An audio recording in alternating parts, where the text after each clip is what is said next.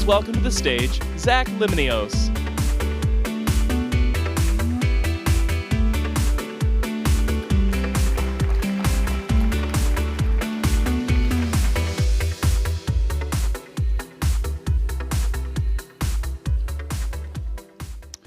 Well, good afternoon. To start, I'm going to go off script for just a minute, and I want to come back to a point that Stephanie made. DARPA is a community. It's a remarkably unique community. And for those in the audience and those online that are not part of the community as a performer, you ought to think about it. If you have ideas, this is the place to make it happen. The other point is, for those that haven't served as a DARPA program manager, I'd really encourage you to think about it and do it. I served 2 tours at DARPA as program manager. My panelists have all done that. And I will tell you from personal experience, it's a life-changing opportunity. So use this opportunity to kind of think about those 2 things. Back to the script. The panelists and I are delighted to join you today and lead a discussion on technology revolutions, the paths and perspectives we take from fundamental investments to realizing a technology revolution in the context of the broader ecosystem. We thank Jitendra Ranka for his guidance and confidence in us, and to Stephanie and the DARPA leadership for their support.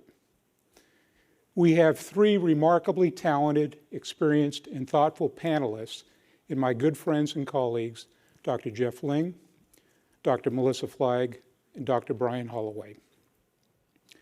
Each has had impactful terms in government service, across industry, within academia, and in startups. They all have the DARPA DNA, and they all understand what it takes to launch major new initiatives. I'd encourage you to read their bios in the program. Each of our panelists will spend a few minutes today addressing 3 questions before us. First, how do we take on harder and more impactful opportunities in the context of intense global competition? Second, how do we foster a broader and richer set of ideas from a more diverse talent pool to improve our innovation pipeline and impact? And lastly, how can DARPA be more effectively engaging with the technical and business community to extend our ability to counter and to create technological surprise? The rules of this panel are very simple. No view graphs, just some opening comments from each of us. And we really want to hear from you, from the audience and from those online. And I'll encourage you to take a minute and provide your questions and comments using the QR code that's in the program. For my part, I'll offer 3 observations. First and foremost, the United States and China are in a great power competition that is centered on the interdependent economic, military, and political vectors, and it will have profound impact on the national and economic security of both of our countries for decades. We see military posturing in the South China Sea, and we're starting to see the broader competition play out with the Made in China 2025 program and U.S. access to Chinese markets, both of which are having an impact on key industrial sectors and U.S. companies. Second, the nature of warfare is shifting. The U.S. needs new tools, new talent, and new tradecraft to prevail in combined economic, political, and military engagements. We need the equivalent of an economic and political ISR, and we need new tools to understand how the competition is going to unfold and how to preempt that. And lastly, against this backdrop, we are in an era of remarkable scientific and engineering innovation. The combination of on-demand exascale compute, atomic-level simulation, and embedded AI with petabytes of data has spawned the development of commercial products and military capabilities of enormous complexity. However, the nature of development has shifted. It shifted to the commercial sector with multi-party teams, global supply chains, and driven by global competition. This context and the comments from our panelists should encourage your thoughts on how DARPA will create and prevent technological surprise in this new era.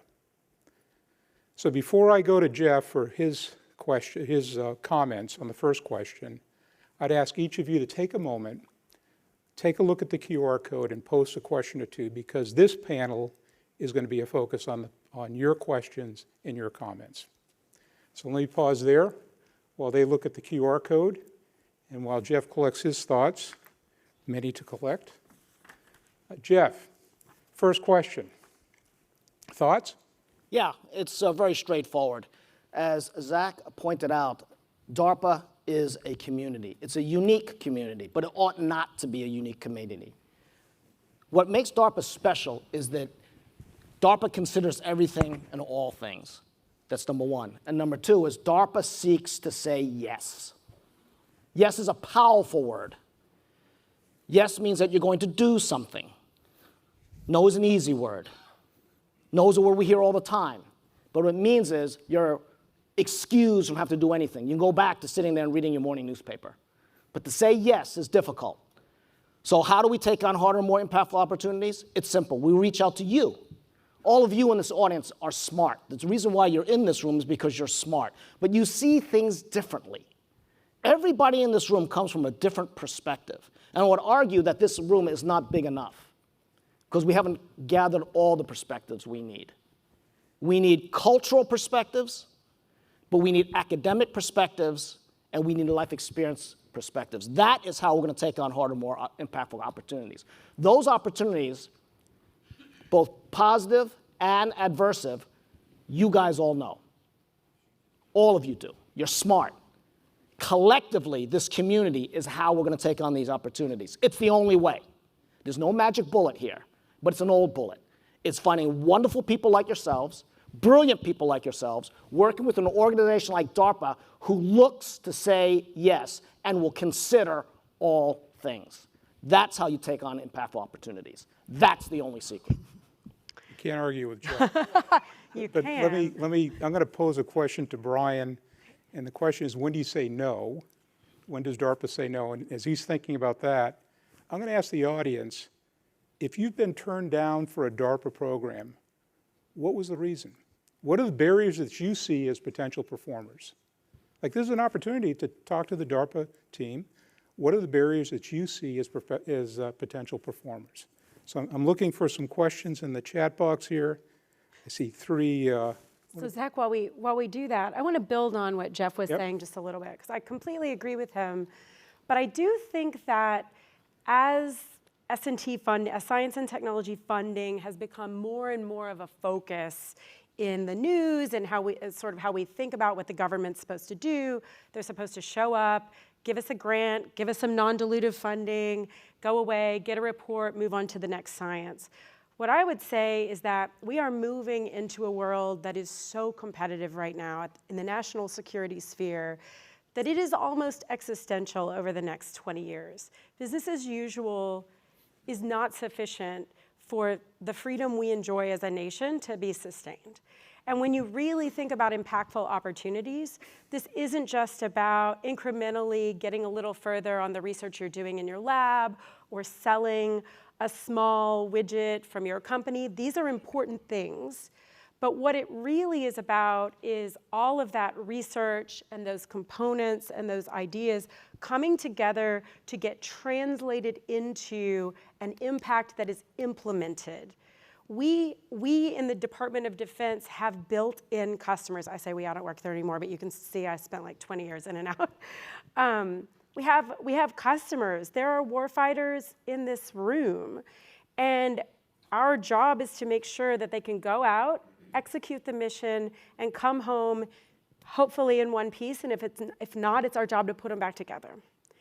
And it's not about the research, right? So when you think about impact here, I would encourage you to get together with people in your community and think about what is your idea ecosystem. When you propose something to DARPA, it's not just a small, like, subcomponent concept like maybe you would take to the National Science Foundation. This is really about build your community as well and bring the whole idea ecosystem to us. Because we're in a moment where we can't keep funding people in little bubbles in Massachusetts and California and Washington, D.C. Like, I live in Missouri. I'm from flyover country. I like it out here. It's nicer in Texas.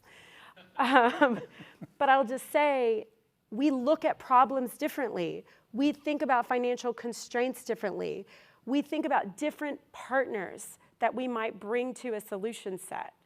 And the fact that we're out here having this conversation with you, that DARPA has actually left the building and come out en masse to have these conversations, I really hope that you all see this as an opportunity to not just bring your proposal that you think the guys from Washington want, but that you bring the proposal that you believe they need, right? Because that's what we're trying to tap. So to sort of maybe tie all this together, and to circle back to your question, I mean, I've been told no a lot, both as a, when I was trying to be a performer for DARPA, even when I was inside of DARPA, certainly in life after DARPA. And a lot of times, somebody earlier said it was not so much no as not now, or you need to think about it more, right? So there are very few hard, definitive no's. We were talking, I think Melissa and I were talking earlier today, and she said, good ideas sustain themselves. They find a way. And so I would say that, no is an easy thing to say. It's a hard thing to act after sometimes, but you've got to try to get to yes. And so to Melissa's other point, and to your point about a new paradigm, that's yes from both sides. That's yes from the government side, from the DARPA side, saying, yes, I want to do this. Yes, I like that idea. Yes, I like your team. But you've got to also think about it, and from the DARPA folks in the audience, you got to think about it from the other side, from the people in the room here that have not ever heard yes from DARPA. Why are they not hearing yes? And a lot of it comes down to incentive structures. And it comes back to the point that was already made about, and one of the things I really like about DARPA is, unlike most, all of the other government agencies, it is not just a source of non-diluting capital. It is a place where ideas are fertilized, they're nurtured. It's not always a pleasant place. There's some Darwinistic behavior. You hear no quite a bit. But in the end, it's a lot of nurturing about trying to get to the future as fast and efficiently as possible. But that also means that there's got to be some thought about the yes from the other side, the small business side in particular. So what I'm hearing, and two things, and I want to continue this, but I do want to get some questions, or we'll go into the audience and kind of pick people out. He will He's carry not a kidding. microphone. We talked about this. This is going to happen. So two things. So the community piece is really important.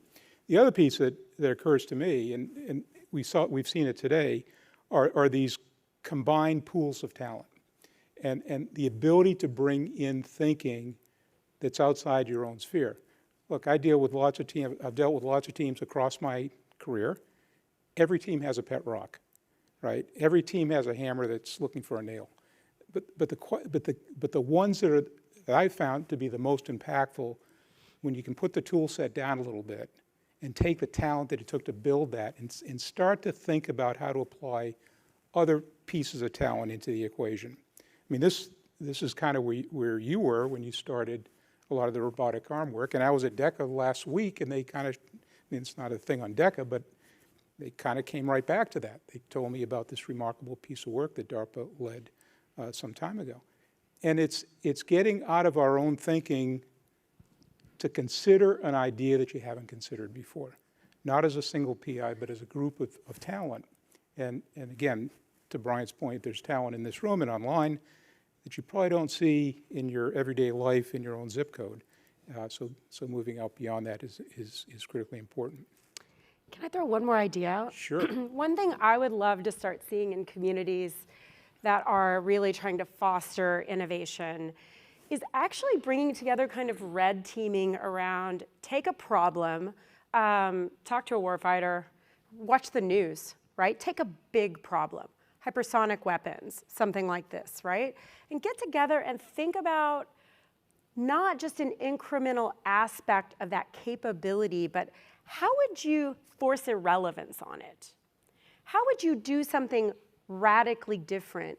Put together red teams, put together conversations internally among your community. And then if you put proposals in and they say no, go ask to be a DARPA PM, right? A lot of these ideas, the excitement and the thing about learning how to ask the right question and craft that really much harder, more impactful idea isn't just to get money to do your little piece of it.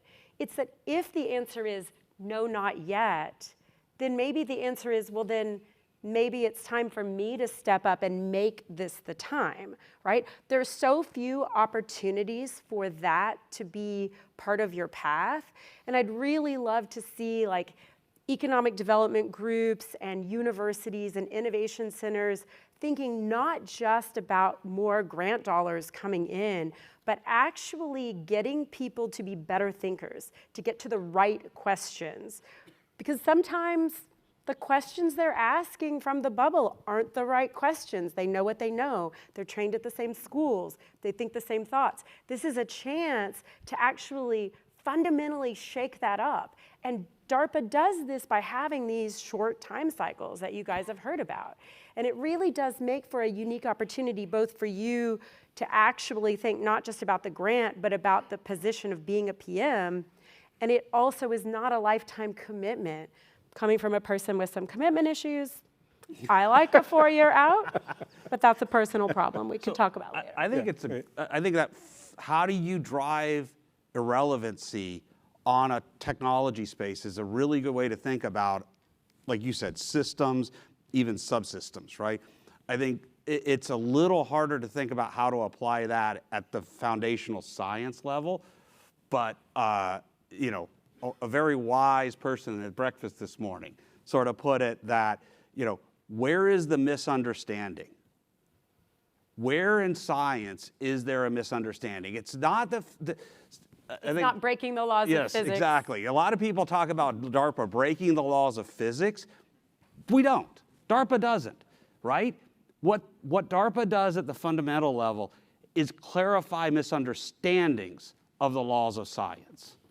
And I think that's a really powerful statement, and it's a great way. It's sort of the same thing. At the scientific level, where are the misunderstandings? Where do you think that there is a misunderstanding? And you don't even have to understand what actual clarity of the law of science is. You just have to be able to say, there is a misunderstanding here. Clearly, there is a misunderstanding, and we need to clarify that point. At the foundational science level, I think that is a really impactful way to think about what DARPA tries to do, much like at the system level, driving irrelevancy so that you can create strategic surprise and strategic advantage. Those are two important ways, I think, to think about how to think about going from no to yes. So let me just pivot to question 3, and then I'll get back to Geoff in a minute on this notion of creating and countering technological surprise. Right, really powerful concept, a remarkably powerful concept, and there are a couple things that I've seen that have held for quite some time that support that. First is DARPA has lots of flexibility. You got to follow the rules, but you get a lot of flexibility. Secondly, you've got enough funding to actually do things of consequence, and not there is oversight, but you've got lots of flexibility. But the one thing that DARPA has that I saw quite differently when I was in the Pentagon, DARPA has the ability to construct by first principles. You're not a requirements-driven organization. You're not handed a requirements package typically and said, you know, here's the bill document, go make it happen. You've got the ability to architect solutions with all sorts of degrees of freedom. In fact, these forums should open that up. Right, these types of forums, which, you know, Stephanie, give you and the team a lot of credit for, to consider opening up the DARPA ecosystem to a broader group of people that maybe haven't engaged with this community before. Well, you've got the chance to kind of to move the lever on degrees of freedom and architectures to come up with new concepts. And that's something that the department doesn't have broadly, right? You think of lots of, the requirements concept, the requirements board, the whole JSIDS thing, those that are in uniform in public service understand that really well. JSIDS is an acronym about some Byzantine requirements process. I was going to say, if you don't know what a requirements document is, DARPA is the place to start talking to somebody. It's actually okay for things that you know about. But for things that you don't know about, it actually doesn't much help, right? It doesn't help you. The whole requirements-driven process doesn't help you to imagine countering threats that aren't here yet. And that's really what DARPA is about. So, Geoff, I interrupted you. Go ahead. No, not at all. This is It's your panel. your Zach. It's my panel? It's your panel. I don't know. Janendra, what do we have from the audience? Well, there was a question that came up, but now the monitor's black, and I Oh, don't see there we the go. DARPA fairy Oh, this anywhere. is good. so- Wait, that's answer one. That's A1. We need Q1. In the commercial. I think it's audience one. Audience one, okay. In the commercial R&D world, let me read it first to see if it's meant for Why don't this you go? audience. You had some thoughts. Oh, so this sounds like, so Brian, this is your day job. This is my day This job. is your day job. In the commercial R&D world, financial returns, that is making money, typically are more important than long-term national security threats. Yep. Okay. How do we encourage, I don't know what a healthy balance is, but how do we encourage a balance? I think it has to do with the role that the development focused on national security can play for a company. And the easy out is to say that companies are focused on the civilian marketplace because the military, DoD marketplace is way too small, way too requirements driven, way too arcane, way too slow. And so the cool kids are all heading to the civilian marketplace. And while I say that that's not entirely inaccurate, I would also argue that it's not entirely accurate. I think that there are a lot of opportunities associated with national security R&D that can play very well and synergistically with a more holistic approach to trying to commercialize a technology and grow a company. I mean, I think, Geoff, you're a great example of that.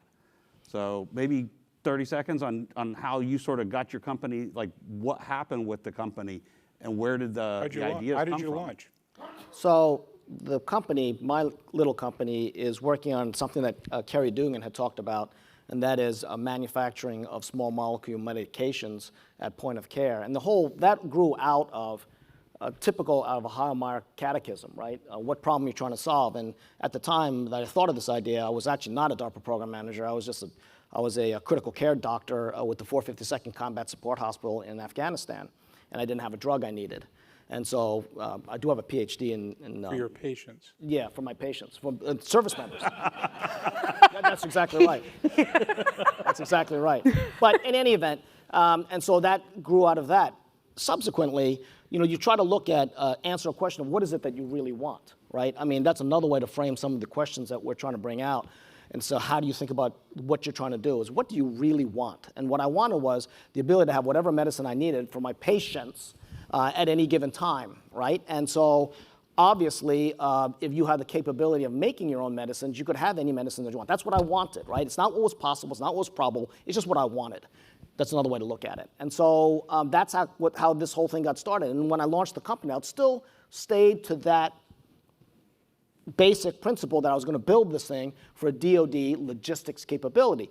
But you step back, and I look at it from my other job, which is I'm still a doctor. I still practice medicine, believe it or not.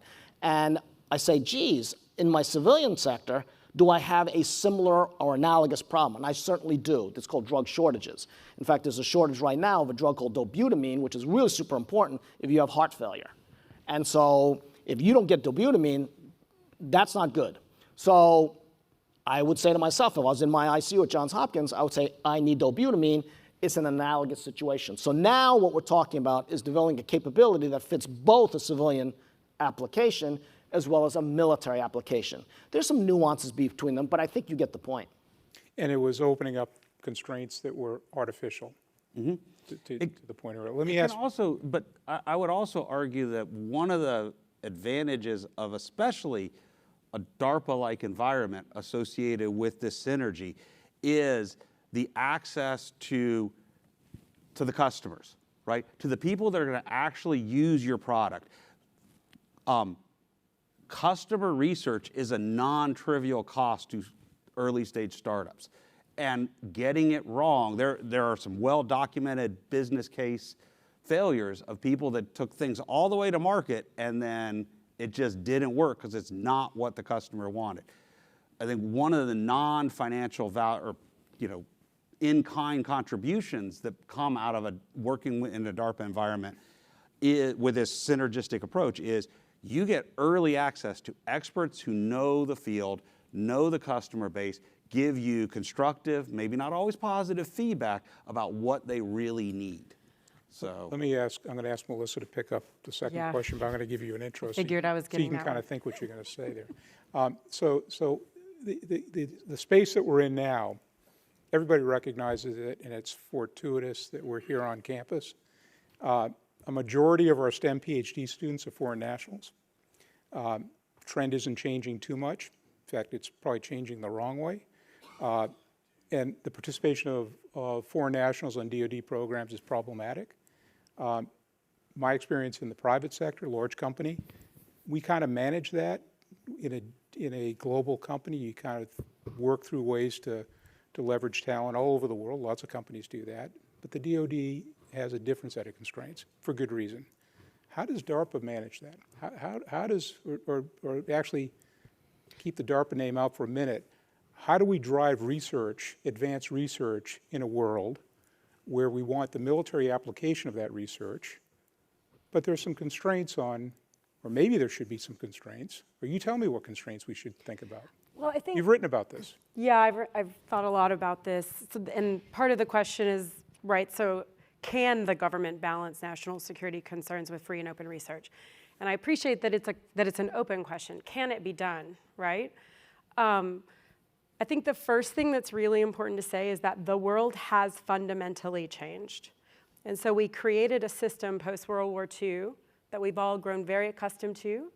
We've optimized our structures, our institutions, and our mindsets around a post-World War II era. We are no longer in that era. We are moving quickly towards a very messy, multipolar universe.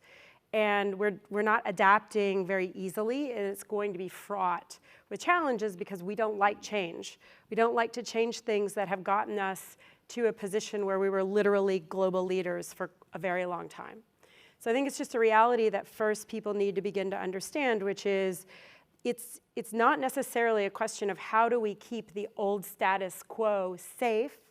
It's a question of what does the new normal look like that still allows us to embrace one of the largest strategic advantages that we've had over the last kind of 70 years, which has been an ability to punch far above our weight when you look at our population size and the sort of outsized impact we've had on global innovation. And we have to have a conversation with people like you. And that conversation has to be had around, so what does a relationship look like when I have a nation that at the geopolitical level has been clearly established as adversarial? We're going to use Russia for this example, right? They've started a war. It's a problem. We're very uncomfortable about it. We've got a lot of good mathematicians and computer scientists running around. They're Russian. Should they be working on a program that is going to give them insight into the algorithms that will be used eventually? And in math and computer science, that transition cycle is very short from the math to what's in the computer, which is a very short cycle to what's in the missile or something else, right? We have to be very thoughtful about who do I want to have access to that. We also have to be very realistic, and I think Brian and I were talking about this morning, that the belief that you are the only physicist on Earth or the only mathematician on Earth or the only double E on Earth who ever had the thought that's in your mind is probably not true, right? I mean, it's sweet for us to believe that we're so smart, but bless our hearts. And I mean that in a Mississippi way, not a DC way, right? So, hotty toddy. So I do feel like there's a conversation that has to really be started, and I would say most specifically at the university level, but also with startups, around what do we want to propose to our congressmen? What do we want to propose to places like DARPA that says maybe export controls and the way we've done it is a blunt instrument? Are there more nuanced instruments that we can begin to use that take into account we are moving fast, we are moving from science to application very quickly in a lot of these areas. We do need to secure our nation. It does matter, it is important, but we also need to secure our strategic advantage, which is access to talent. I believe it can be done. I think the pendulum is swinging very quickly right now, away from balance, because I think a lot of people didn't want to have a conversation, and that pendulum is swinging towards, I think if you look at the research security conversation going on in Washington right now, if you look at the research security aspects of the Chips and Science Act, I would encourage all of you to read that if you haven't read it. Those funds are going to be appropriated shortly. I think it's an important act that will, I think, impact a lot of you. But the research security aspect of it, they bury the lead right in the back, so read to the end. And you start to realize that the National Institutes of Health, National Science Foundation, Department of Energy, USDA, NOAA, NASA, they're all going to start having these same conversations, not just Department of Defense. So I think there's an opportunity for you all to begin to have those conversations among yourselves to say, what are new ideas for how you handle this, as opposed to a defensive crouch? Because the chance that the armadillo survives this war is probably low. Let me pivot to just the next question, which I think picks up the other side of the first side being, okay, how do you generate ideas and protect those ideas from falling into the wrong domain that they can be applied to? It's probably more than a few PhD theses and lots of work to be done there. The other side of the question, of course, is how do we accelerate the adoption of these ideas to DoD? So the question that came up, somebody in the audience, spot on, DARPA's done, and I don't know that I agree with this, but DARPA's done some amazing work, but relatively few technologies are adopted by the DoD. And of course, everybody has a list. We can kind of tell you, there's all sorts of, we can point to lots of things that the department's adopted, but what it hasn't done in most cases is adopt things quickly. And why is that? Well, there's like a whole structure. It's got to be part of a force. There's got to be an acquisition strategy. Forget DoD 5000 for a minute, the acquisition manual, forget that for a moment. There's an entire building and cottage industry about how to take ideas and strengthen them. When I buy a car, I don't actually think about the tire manufacturer, but DoD does, right? And so there's like a whole structure here. Let me ask the panelists. Geoff, you've got a startup that, I won't call it a startup because you're kind of beyond that. But you thought about that. How do you accelerate the adoption of technologies in your company? Well, the adoption of technology is always the biggest barrier. I think one of the questions is that people are comfortable doing the way things that are being done. That is probably the number one barrier, is that you always run up against folks who are just happy the way things are. Yeah. Life changes, right? I mean, the remarkable skill of Steve Jobs was to show people what they really wanted, not what they thought they needed, versus and Henry Ford. If you asked him, the famous saying is, if I ask a man what he wants, he just wants a faster horse. That's the biggest barrier, is always the people. It is. You're going to run into people who they don't want to change. But the fact is that, the second part of that question that came was, why does it seem society at large is more willing to adopt new technologies? I actually disagree with that. I actually think that the DoD is actually pretty much better than society writ large. Society writ large is incredibly conservative. And it's probably because DoD has a mission that it has to perform, and it does have a clear adversarial situation that they have to kind of red team against. So yes, they're a little slow to adopt things that from we as developer sides want, but they're actually not that bad. Society at large is really slow. I mean, it's my world, which is medicine, they are agonizingly slow. I mean, you would think that they would adopt certain therapies, but MRI had been around since 1949, and they really didn't start being used until the 1980s, just to give you an idea. So it's not like, oh my gosh, this was great, boom. So I would say that the biggest thing is always the conservatism of the people that you're dealing with. It's just as simple as that. Right. So Go ahead, Brian. I would also take, I'm not sure I agree with the first part of that. The relatively few technologies are adopted by the DoD. I think that there is a list, right? A list of successes, and then there's also a list of things that weren't adopted. Those are almost always very visible, very high profile, usually system level type of discussions. When you dig into anything else, there's progress inside. And that progress is very often can be directly tied back to work at DARPA. Things on, as Stephanie highlighted, material science advancements, computer architecture advancements. All of those things led to not only Steve Jobs being able to stand up in a black turtleneck and wave a phone around, but also things that affected the performance, the survivability, the robustness of a lot of DoD systems that look the same, that sort of army green, metal everywhere, no frills outside, but inside is different. I also just want to I'm going to actually tell you all what Brian told me earlier, which is I think another thing that DARPA does really well, as a person who spent time at Navy, at the Pentagon, I've also worked for the Army, is that sometimes you just need a little healthy competition, right? So often what will happen is DARPA will say, I'm going to do something that extends the range. I think the example you gave me was radio by 4 miles. And right now, the actual group that's putting a requirement out is saying 1/2 mile. And they fight tooth and nail against DARPA for doing it, but then suddenly you see the requirement change to 2 miles. And so did DARPA do that? No, I mean, it's not an adoption of DARPA, but there is an impact of having an innovation ecosystem internal to the Department of Defense and some healthy competition that's important. And I would argue that it's really easy to complain about the government. And it's really easy to complain about DoD not buying everything you want to sell them. So I wrote a whole thing on Valley of Death. I think we should dance on the dried, bleached bones of the vast majority of mediocre ideas, so maybe I'm not your Huckleberry. But I do believe that many of these impacts are actually felt most by that internal competitive nature.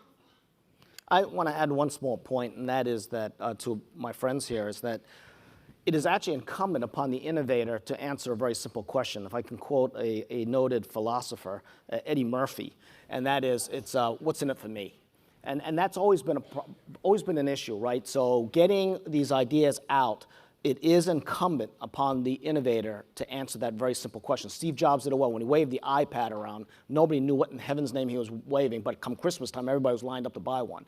So it is always, how do I answer the question, what's in it for me? That is true for the VC, that's true for the early adopter, that's true for the DoD. That's a very, I'm gonna give you a real world example. That's not DARPA, all right? That's not DARPA, and that is, as you know, when COVID hit, all of a sudden, we got something that should have been around 2 decades before, and that's something called telehealth. Telehealth is a big freaking deal. And all of a sudden, now we all have telehealth. It's a good thing. But there was no telehealth before COVID. And why is that? And it's really simple. And I'm going to my wife is the Deputy Chief Medical Officer of Medicare and Medicaid, CMS. She's the second highest ranking doctor. But at the time, she was the acting Chief Medical Officer. And what was blocking telehealth was not the technology, it was the adoption of it. Because hospitals and providers didn't want it. They wanted the increased revenue of patients showing up. That's what they wanted. But then what happened was COVID-19 hit. And when COVID-19 hit, there were no patients showing up, right? And the healthcare system was on the verge of bankruptcy. I'm not joking. Our entire healthcare system was on the verge of bankruptcy. And then CMS on March the 16th, was able to push through an EUA that allowed for telehealth, and that was revolutionary, and that will never go away. That's how you make a revolution. It is what Stephanie said. DARPA grew out of Sputnik. So it always is the big question, what's in it for me? And as you can see, COVID-19 for hospitals was, oh my God, it's my survival's at risk. I will do this, blah, blah, blah. You gotta do the same thing. If we don't do what's in it for me, there's no reason why a general or an admiral will take on this new widget if you can't answer that simple question. Thanks, Geoff. We've got a question that's probably going to take the balance of the 5 minutes that we have. So I'm going to ask the panel to read and prepare, or think it through. But just one last comment on this technology transition. My observation is, in addition to technologies, one thing that DARPA has done really well is transition a cadre of program managers and people that think this way. Right, so if you haven't been at DARPA as a program manager, you ought to think about it. It's a place where you will refine your thinking. You will see things that you probably have never seen before. I guarantee you've never seen before, and have an opportunity to actually do something well beyond what you could do in your own spot. And lots of people come to DARPA for different reasons, different opportunities. But it's, after 1958 to today, somebody do the math, 100 program managers a year, a quarter of them rotate out every year. So 25 a year are coming in, 25 are leaving or more. The number of program managers out there and people that have the DARPA DNA, it's been important for the industry. It's been important for many industries. In fact, it's launching industries. So that transition I see as equally important to many of the widgets and technologies that have come out of that office. I think it's critically important. The thinking is critically important. All right, so the last question. How do we, an easy one, how do we make the VC community, venture capital community, become more interested in DARPA? More interested in DARPA technologies, and those technologies that might at first pass have only DoD applications. I'm looking to you, Brian. This is your world. You got to get out of the way. You've got to make it easier to get the money flowing, the collaboration started, the innovation moving forward. When I was a DARPA program manager, the rule of thumb was roughly from the day you got yes on a program to your kickoff meeting for that program was a year.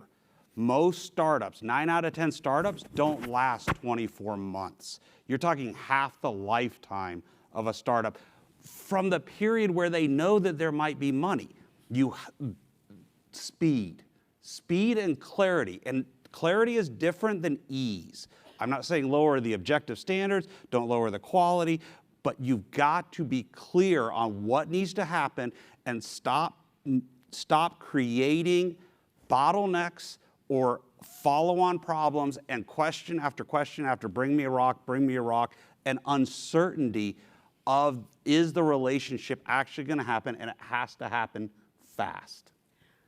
I would also just say, I think we've kind of stopped having really robust discussions about translation, right?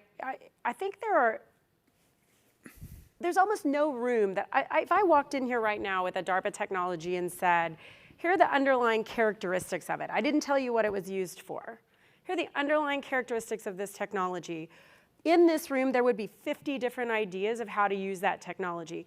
And each of those ideas would be cast through the lens of where you sit. Some of you would think about DoD, some of you would think about medicine, some of you would think about transportation, some of you would think about agriculture, because that's your expertise. And so if I gave you a capability, you would think about it through your lens. But if I tell you it's a defense technology, you think, well, it's a defense technology. Because I have limited you, I have biased your thinking. Personally, I think all of the DoD IP should be free. I think the inventor should get money. I think that should be it. Just give the damn stuff away if you've got a good enough idea. But I think we should be hosting really robust characteristic-based or capability-based dialogues of other ways to use this to spur more like Velcro and Teflon that came out of the space program, right? Geoff, quick comment? Yeah, just quickly, I agree with my friends, in particular, I want to underscore what Brian said. Speed is everything for a startup.